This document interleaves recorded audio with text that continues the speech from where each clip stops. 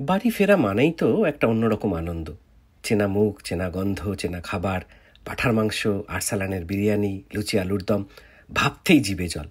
তার ওপর এয়ারপোর্ট মানেই মাথায় ঘোরে সেই প্লাস্টিক প্যাকেটের শুকনো স্যান্ডউইচ, আননেসেসারিলি কস্টলি থেমে থেমে পড়া মেশিনের কফি, আর কখনো বা সগি ফ্রাইজ, বা বড় জোর কোনো ফাস্টফুড চেনের একঘেয়ে বার্গার। ভাবনাটা এমনই, ফ্লাইট ধরার আগে কিছু একটা খেয়ে নেওয়া, লে ওভারে পেট ভরানো, সবটাই যেন একরকম নেসেসারি ইভিল। কিন্তু এই কদিন আগে দেশে ঘুরতে যাওয়ার ট্রিপের হাইলাইটটাই হয়ে গেল এয়ারপোর্ট ফুড। হিথ্রো এয়ারপোর্টে টার্মিনাল 3-তে evergreen bar and restaurant. Menu খুলে প্রথমেই চোখে পড়ল প্লাউম্যানস প্ল্যাটার। বুঝলাম আজকের এয়ারপোর্টগুলো শুধু বোর্ডিং পাস স্ক্যান করে গেট নাম্বারের অ্যানাউন্সমেন্ট শোনার জন্য হা পিত্তেশ করে বসে থাকার জায়গা না, বরং এটা একটা কালিনারি ডেস্টিনেশনও।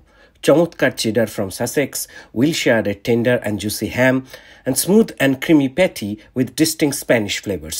এগুলোকে অসাধারণ ব্যালেন্স করছিল দারুণ মিষ্টি কালো আঙুর, farm fresh British gherkins, sweet fig relish, ah heaven. সাথে এক টুকরো seeded sourdough and a gulp of Marlowe.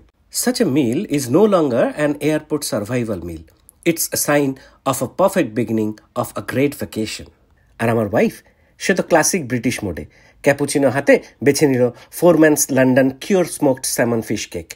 Presentation তো নয়, যেন আর্ট গ্যালারি। সাইডে টেন্ডার স্টিম ব্রকলি আর রিচ হোল্যান্ডেজ সসের ভেলভেটি টাচ। মনে হচ্ছিল এয়ারপোর্ট নয়, বরং কোনো এলিগেন্ট সিটি ডাইনারে বসে আছি।